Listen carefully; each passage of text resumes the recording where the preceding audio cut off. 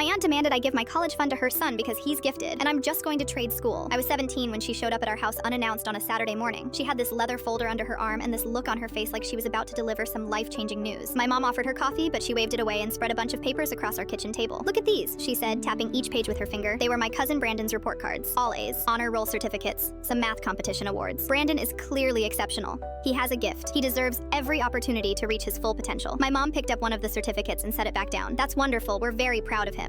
But what does this have to do with us?" My aunt folded her hands on the table like she was about to make a business proposal. "Your daughter's college fund, the one her grandfather left her. Brandon needs it more than she does." The silence in that kitchen was deafening. I just sat there with my cereal spoon halfway to my mouth, trying to process what I just heard. "Excuse me?" my mom finally said. "Be realistic," my aunt continued. "Your daughter's going to trade school, plumbing or air conditioning or whatever it is. That's fine, it's honest work, but she doesn't need $80,000 for that. Brandon could be a doctor, a lawyer, something important. That money would actually make a difference in his life." My grandpa had passed away 2 years earlier and left me his savings specifically for my education. It was in a trust with my name on it. He'd been a plumber himself and always told me that skilled trades were the backbone of society. He respected my choice to follow a similar path. My mom stood up. "That money is not ours to give away. It was left to my daughter by her grandfather. This conversation is over." But it wasn't over. Not for my aunt. She started calling every few days. She'd leave voicemails about how I was being selfish and short-sighted, how Brandon had worked so hard and deserved better. She even showed up at my work once while I was doing a part-time shift at a hardware store. "You don't understand what you're throwing away," she said, following me down the paint aisle. "Brandon's guidance counselor says he could get into an Ivy League school with the right support. Your little trade program will always be there. This is his one chance." I told her I wasn't discussing it. She left in a huff, but not before making sure other customers heard her say, "Some people just don't understand the value of real education." The worst part was she started bringing Brandon over to our house. He'd just stand there looking mortified,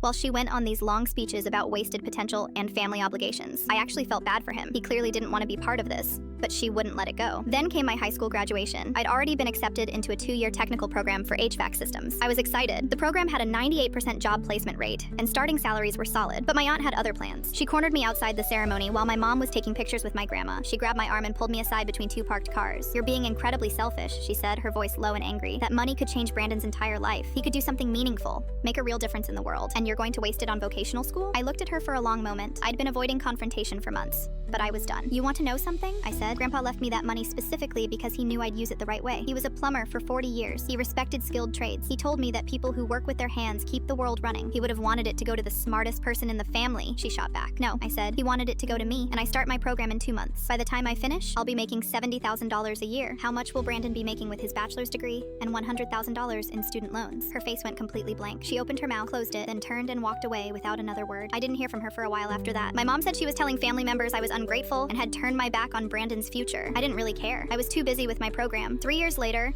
I'm 21 and I own my own HVAC business. Brandon? He dropped out of college sophomore year.